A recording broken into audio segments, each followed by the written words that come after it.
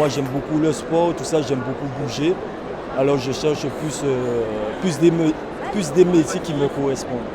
Le premier critère dans le travail ou dans la vie, c'est gagner de l'argent pour pouvoir vivre le mieux possible. J'ai fait plusieurs stages dans la pâtisserie et au final, je me suis rendu compte que ce n'était pas du tout le boulot que je visais.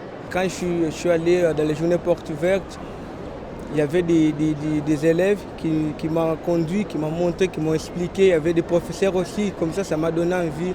Et par la suite, mon père m'a parlé de son travail, des gens qui étaient autour de moi qui étaient dans le commerce.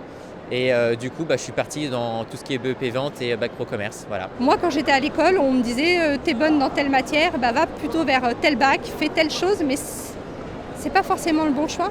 En premier, le plaisir, pas faire des études à contre-cœur. Il faut vraiment aimer le métier qu'on fait, sinon ça ne sert à rien.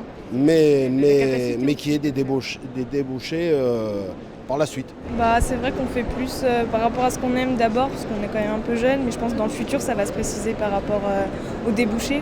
Je regarde les métiers existants, quels sont ceux qui donnent du travail et qui ont capacité à durer dans le temps. Ça sera toujours une question de professeur. La personne qui va nous orienter, nous faire comprendre les choses, c'est elle qui va plus ou moins déterminer le métier qu'on va choisir.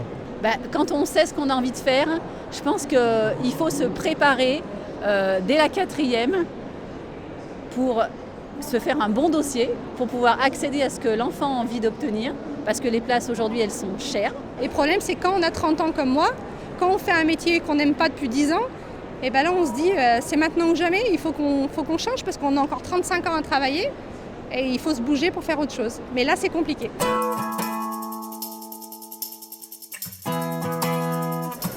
Aujourd'hui, les perspectives d'embauche sont un des critères ou le critère le plus important recherché par les jeunes quand ils s'informent sur les métiers. Notre rôle, il est important, c'est de rappeler qu'il y a des métiers où il n'y a pas de travail. Donc c'est pas la peine de se former.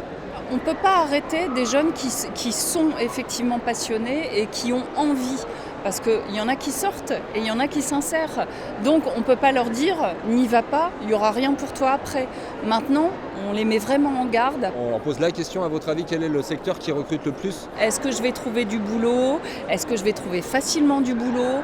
Est-ce que je vais gagner suffisamment d'argent ? Voilà, c'est quand même des questions qui, à mon sens, sont plus prégnantes que peut-être auparavant où on se laissait peut-être un peu plus porter par les études et puis on voyait après. Il y en a beaucoup qui sortent des études et qui se trouvent confrontés à une réalité du marché qu'ils ne connaissent pas ou pas bien et se rendent compte que leurs études ne les amènent pas forcément là où ils veulent et qu'il faut s'orienter tout d'un coup. Les jeunes ont souvent peur d'aller vers une formation parce qu'ils se disent « voilà, moi je vais faire ça toute ma vie ». Or c'est faux.